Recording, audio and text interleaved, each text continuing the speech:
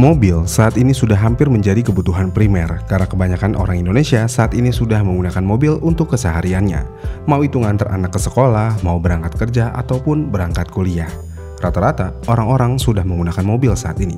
Makanya gak heran kalau jalanan khususnya di perkotaan itu semakin macet setiap harinya. Menariknya, dengan banyaknya pengendara mobil di Indonesia saat ini, beberapa dari mereka terkadang memiliki gaya berkendara dan mindset tentang mobilnya masing-masing. Terkadang mindsetnya ada yang benar, terkadang mindsetnya ada yang blunder. Misalnya yang pertama, jika hujan deras di tol, mobil harus menyalakan hazard. Ini nih, mindset yang blunder. Mungkin inisiatifnya udah bagus, agar mobilnya terlihat oleh pengemudi lain dengan cuaca yang cukup ekstrim tersebut. Menariknya, hal ini sudah ada dari zaman dulu sampai saat ini, yang berarti mindset menyalakan hazard ketika hujan lebat di tol sudah turun-temurun. Namun sayangnya mindset ini adalah mindset yang blunder, karena faktanya alih-alih membuat situasi lebih aman, menyalakan lampu hazard di tengah hujan justru bisa membingungkan dan membahayakan pengguna jalan lainnya. Kenapa? Jadi ketika hujan deras, pandangan memang terbatas. Dengan kondisi tersebut, pengemudi lain biasanya akan mengandalkan lampu belakang dan lampu sen untuk membaca gerak-gerik kalian di jalan. Apakah kalian mau belok, menyalip, atau berhenti? Dan ketika kalian menyalakan lampu hazard, otomatis pengemudi di belakang kalian akan buta untuk membaca gerak-gerik kalian. Karena mau bagaimanapun ketika hazard nyala, otomatis juga fungsi sein sama sekali tidak berfungsi. Selain itu, lampu sein berkedip ini bikin bias di kaca mobil karena terguyur hujan yang lagi-lagi ini sangat berbahaya untuk pengemudi di belakang mobil kalian. Dan yang pasti udah lampunya berkedip terus-menerus, kemudian ada bias cahaya yang konstan dari kaca depan, ini bisa membuat pengemudi di belakang kalian pusing. Dengan hal itu, mindset menggunakan hazard ketika hujan adalah hal yang blunder. Lalu sebaiknya apa yang dilakukan ketika hujan deras? Jawaban paling benar adalah menyalakan fog lamp. Dah, itu paling benar dan paling aman. Kemudian mindset kedua yang salah tentang mobil adalah jangan menggunakan air coolant untuk radiator karena bisa bikin kerak. Pakai air bekas AC atau air kondensasi aja, itu akan lebih aman. Mungkin ini adalah perdebatan yang tidak ada akhirnya di kalangan pengguna mobil yang sudah berusia lebih dari 10 tahun. Ada yang bilang coolant bisa berkerak dan merusak jalur pendinginan. Ada yang bilang air kondensasi bisa berkerak dan merusak jalur pendinginan. Namun, mana yang benar? Jawabannya tentu aja yang benar menggunakan coolant, karena coolant memang dirancang untuk itu. Lalu bagaimana dengan air kondensasi bekas AC? Sayangnya air kondensasi bekas AC walaupun terlihat bening dan jernih, tapi air tersebut tidak murni dan kurang aman sebenarnya. Tapi apa yang ngebuat tidak aman? Jadi air ini berasal dari uap air di udara yang mengembun di evaporator AC. Masalahnya uap udara di lingkungan kita membawa debu, bakteri, partikel logam, bahkan jamur mikroskopis. Dan ketika mengembun di evaporator, partikel-partikel itu bisa ikut terbawa ke air. Jadi walaupun bening, air itu tidak steril dan tidak bebas mineral. Yang pada akhirnya setelah beberapa bulan, bagian dalam radiator dan blok mesin biasanya akan mulai membentuk kerak halus. Jadi ya, air AC sebaiknya tetap dihindari, apalagi pakai air keran dan air mineral. Itu lebih parah. Namun kenapa coolant lebih baik? Coolant akan mengandung zat anti karat dan anti endapan seperti ethylene glycol dan corrosion inhibitor. Dan zat ini bisa mencegah logam di dalam sistem pendinginan seperti radiator, blok mesin, dan water pump dari reaksi oksidasi. Tapi kenapa saya pakai coolant tapi keraknya malah banyak dan jadi mampet, sedangkan pakai air bekas AC nggak begitu? Jawabannya ada dua. Yang pertama, sebelum menggunakan coolant, bersihkan dulu atau flushing semua air yang ada di dalam sistem pendinginan. Pastikan tidak ada yang tertinggal. Dan yang kedua, jangan menggunakan merek radiator abal-abal, apalagi yang harganya di bawah 100.000 udah dapat 5 liter.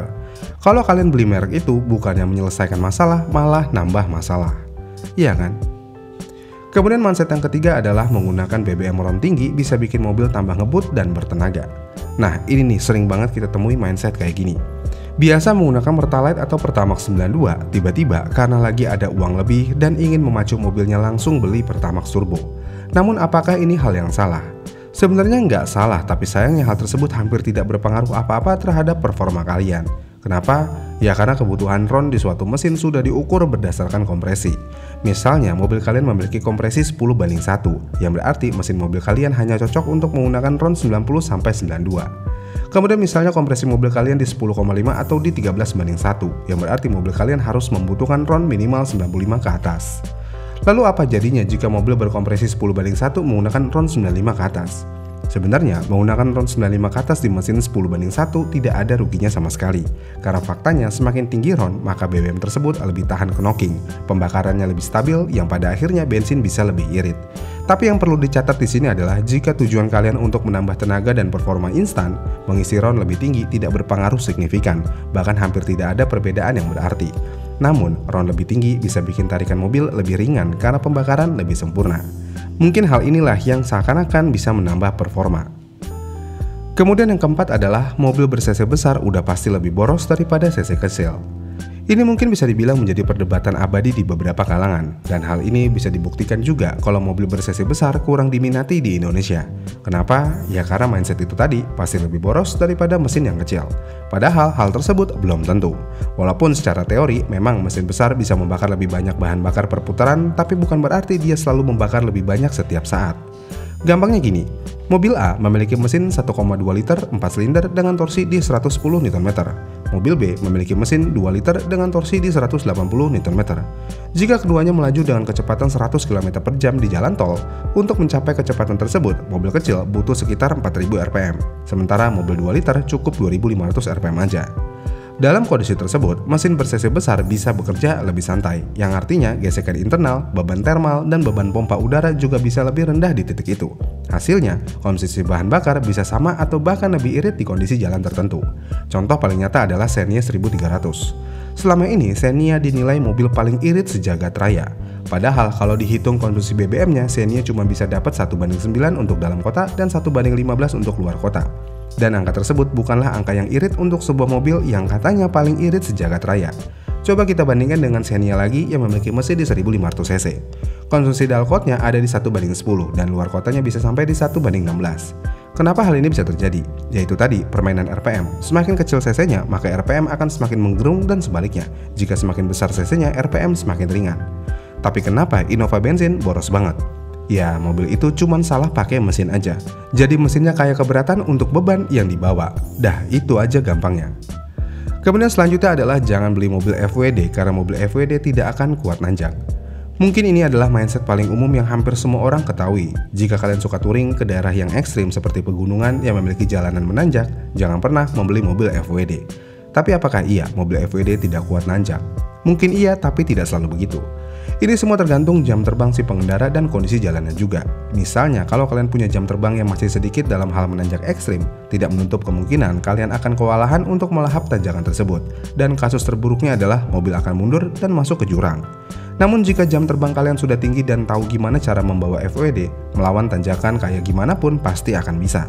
Tapi pastikan lagi, jalanannya harus halus. Karena kalau jalanannya berbatuan, udah pasti itu bisa merepotkan dan bisa bikin gagal nanjak. Namun kenapa hal ini bisa terjadi? Semua ini bisa terjadi karena adanya weight transfer. Dan hal inilah yang membuat mobil FWD memiliki statement nggak akan bisa nanjak ekstrim, apalagi mobil tersebut CVT. Tapi yang perlu digarisbawahi di sini adalah mobil FWD bukan berarti tidak kuat nanjak, hanya aja perlu teknik khusus dan memang agak sedikit merepotkan aja. Kemudian mindset yang salah selanjutnya adalah masukkan oli lebih jika terjadi penguapan. Mungkin ini juga sudah menjadi perdebatan di kalangan pengguna mobil yang sudah lebih dari 10 tahun. Karena biasanya mobil tersebut sudah meminum oli alias vampir oli. Baru jalan 1000 atau 2000 km, olinya udah habis setengah. Namun, apakah dengan cara menambahkan oli sampai berlebih dari takaran aman digunakan? Jawabannya tentu aja tidak. Karena mau bagaimanapun, sebelum oli tersebut menguap, mesin mobil kalian akan bekerja terlalu keras. Gampangnya gini, mesin memerlukan ruang kosong untuk perputaran oli yang sempurna. Jika memasukkan oli kebanyakan, ruang kosong tersebut akan habis. Dan jika ruang kosongnya habis, mesin membutuhkan tenaga lebih untuk memutar oli tersebut. Selain itu, oli juga bisa naik kemana-mana lewat PCV. Misalnya selang hawa, kemudian ke throttle body, dan yang lebih parahnya lagi naik ke ruang pembakaran alias ke busi. Dan yang pasti tenaga mobil kalian akan turun dan mesin juga lebih panas karena bekerja keras. Yang lama-kelamaan hal tersebut bisa membuat beberapa komponen menjadi cepat aus. Jadi kalau mobil kalian udah vampir oli, ya lebih baik menambahkan oli sesuai kebutuhan, bukannya dilebihkan ketika awal ganti oli. Itulah 6 mindset yang salah tentang mobil, mau itu dalam hal penggunaan ataupun perawatan. Gimana nih menurut kalian? Komen di kolom komentar di bawah ya, dan sampai jumpa di video selanjutnya.